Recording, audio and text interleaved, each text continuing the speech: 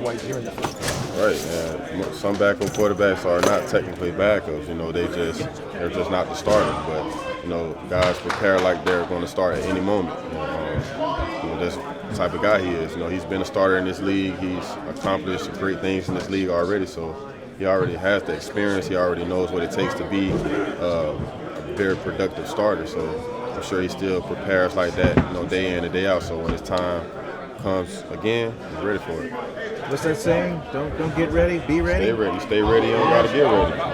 It's a great example of how he goes about his business. And can't wait to see what he does with it. What are conversations like at this point of the season when it's just week 2, but you got some key guys out and you got some backups playing, some new faces? When it comes to being able to be consistent with each week and so many new faces and people, what's the conversation like in here in the locker room with you guys? I think that's something we preach over time. We always make sure guys know that if you're not the starter or the second or third string, you should always prepare like your moment can come at any moment. Like it's a very long season, stuff happens. You never know if it's gonna happen on week 1 or week 10. That's why you just gotta stay ready. Like if you're a backup or backing somebody up, just gotta continue to prepare like your moment gonna come at any second. So I think that's just a great example. It just happened in week 1. It's unfortunate, but his time is now, and it's stuff that we preach, from day 1. Your collective feeling on the offense is that you have nothing but confidence in what Matt can do. Definitely, I watch how hard he comes in here and prepare, and even like I said, when he's not starting, he's still in here trying to get down the details and get down everything. He will need to start a game. He just plug and play. Something happened, he's ready to step right into that role and take full advantage of it. How's it been working with Buddy? It's been fun. It's been exciting, actually. Obviously, old school guy. It's actually been fun. Just getting to know him. Just his mindset. He's been around this game for years, like a lot of years, and he has a lot of experience. And it's just exciting to see how much he knows and how much he's in tune to football, especially at the age he's at now. It's like he's not aging when it comes to his football knowledge and everything. He's super intelligent, especially in the running back room. So he's been doing a great job with us. What has he taught you? What's one thing that an element of the game that he's taught you? Just details. He's very strict about just details of the small things that that draws the line between winning and losing. And I respect that. I always respect coaching. If a coach you, he cares about you. He coached me real hard, and I appreciate how you've been getting me on point and getting me up to speed with everybody else. What's your mindset headed into New Orleans? 1-0, man. Whatever happened last week, it's gone. It's behind us. It's a whole new week. 1-0 mindset. 1-0 every day. Like today, we got to win today in order to win on Sunday. So, just 1-0 mindset. Just focusing on what's in front of us right now, and New Orleans. That's the main focus, and 1-0 mindset. That's it. yeah, that was John's comment in the morning. He's like, all right, now you can go play free. He was talking about it, and when we signed, he's like, dude, I didn't want, as a player, I didn't want that hanging over your head going into it, but I'm sure it would have been on my mind. But obviously, you go out there as a player and you play. But it was a lot more fun to play without that on my mind. How about this coming game against the Saints? What kind of challenge is Cam Jordan still? 15 years in now. So got him one last week. Yeah. Obviously, Granderson, Cam.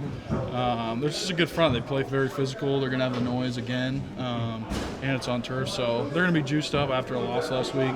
They're gonna be expected to come out and play hard, but it is gonna be a good front. Cam just definitely has this. He hasn't slowed down, so it's going to be a good challenge for us up front. And obviously, with Brock being out, we're going to have to be on our best on Sunday, so it'll be a challenge. What's Mac like in the huddle? What's Mac like? How he runs the huddle? He's a lot of fun. He's very confident when he comes in with his play calls. Make sure definitely repeats our cadence. So he comes in and runs it. That's what he is. He's a professional, and he's a lot of fun in the huddle too. Obviously different cadences between him and Brock, but he commands the huddle for sure. How hard is the cadence stuff? What's that? How hard is it for an offensive lineman is the cadence having different? The good thing is, it is different to Q1. You get used to one cadence from a quarterback, and then you switch. coach. But I think we do a good job in practice. We go out early, do QC exchange, and get with him. And obviously we've been doing it since camp, so we get all the different cadences and then a whole week's practice. So it's a little different, but if you lock in on it, it's not really that big a deal. Colton, Mac seems like not your classic buttoned-up corporate NFL quarterback. I guess that's a long-winded way of saying it. Yeah. How would you describe his personality? And I mean, is it unique for an NFL quarterback? Yeah, he is. I mean, obviously, he doesn't take it too serious. I think that's one cool thing about him is even in the huddle too, like he still laughs out there, he'll crack a joke, but also when it's go time, you can tell he locks in and commands the huddle, like I just said. And he's obviously a lot of fun. He likes to have fun, but he's a winner. He's proven that at Alabama, and then obviously now that we've got him, I think he's going to want to show some stuff on Sunday. Play for Saban and Belichick. How could you not take things serious? Yeah, you have to. Yeah, you have to. I think you got to have a little fun with it too. So. Can't wait to see what he does on Sunday. Thanks. When I talked to you last week, you were there at the event with all the kids making their dreams come true, and then you signed your contract, your extension. I just curious to know how much of a dream come true did it seem like that was when you put pen to paper, and what was that conversation like? You talked about setting your family up. What was that conversation with your family? I mean, Scheffner beat it to my family, so I was gonna call my parents that morning and tell them before it broke.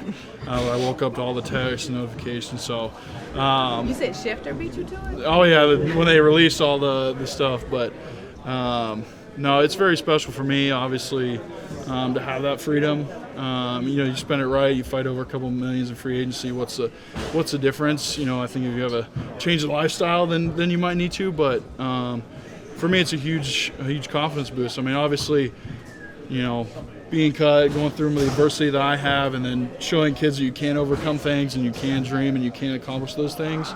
I mean, there's nothing. I mean, I kind of took it. There's a couple of pictures of me just kind of looking around the room and taking it all in because I've been waiting for that handshake for a while, being drafted here and fighting to get back to this position. So to be rewarded like that, it just shows that for me, dreams are you dream, work hard, you do the right things, and they can't come true. So.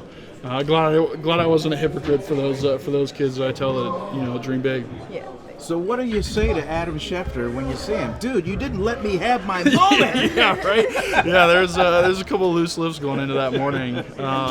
But no, I mean, it was a late decision on Saturday night, and then obviously Monday morning you wake up to all the texts, and then Mom's like, hey, you want to tell us something? And I was like, got to call her and Dad. But no, I mean, obviously everyone was super pumped for me. I think all the guys in here, just they saw how much work I put into it and what I've been through, and for me to have that freedom and be rewarded like that, it's huge for me and my family. Obviously, they were stoked. So hopefully in a couple of weeks at a home game, you'll see me at Chevelle. That'll be the one thing I'll be getting myself.